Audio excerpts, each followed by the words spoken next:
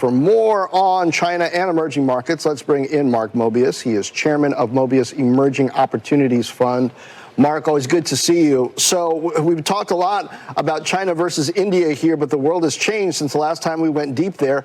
How do you see it?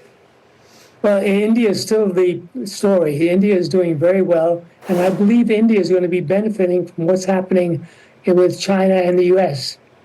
How so? How so? I mean, I know we've talked about Apple and some shifts there, but beyond that, what do you see?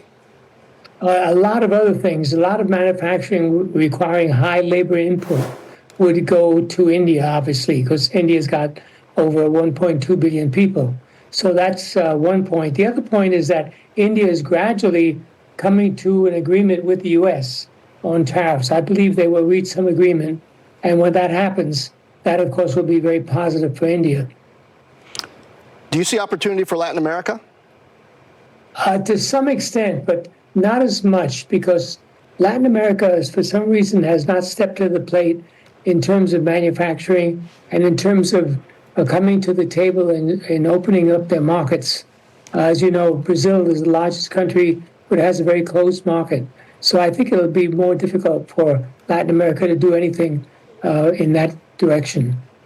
Mark, just to go back to India for a moment, the fact that tensions seem to be ramping and pretty quickly here between India and Pakistan, with just this afternoon reports from the Pakistan defense minister saying that military incursion by India is imminent. How real is that risk to investing in that country right now? And how does it speak to, perhaps more broadly, the geopolitical risk that's being navigated?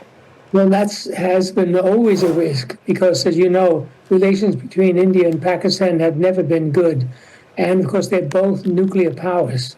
So this is something we have to watch carefully. But even more importantly than that is the tension between India and China on the border in the north.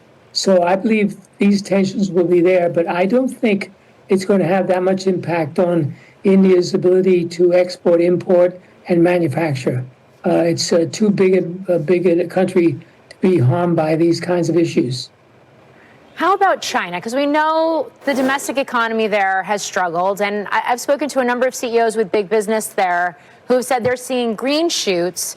But amid this U.S.-China trade war, tariff war, I think one of the pieces that perhaps is getting overlooked is just how much negotiations between the U.S. and other countries around trade right now are sort of aimed at ring-fencing China in. And I'll give you an example. Indonesia has apparently put forward a proposal to the USTR, and it hinges on two key points. The first is that Indonesia will lower the trade gap with America and bolster U.S. imports. But the second is that Jakarta will reduce imports from other countries. They import a lot from China. If we see more of these types of deals struck with the U.S., how great is the risk for China? I think China is in very, very bad situation because the target by the U.S. is China. There's no question about that. And a lot of the practices that took place previously under the World Trade Organization were violated time and time again. And I believe at the end of the day, China is really going to be in trouble unless they're willing to come to the table and concede an awful lot. I'm afraid given the current political structure in China, they will not be willing to do that. And that is not a very good sign. So I believe at the end of the day, other countries like Indonesia will open up their markets, will reach agreement with the U.S. Of course, the danger there is transshipments. The U.S. is going to watch very carefully any transshipments of Chinese goods going through Vietnam, Indonesia, and all these other countries will be severely curtailed. Okay. Mark Mobius, as always, thank you. Thank you. Up next, a trio of top tech executives.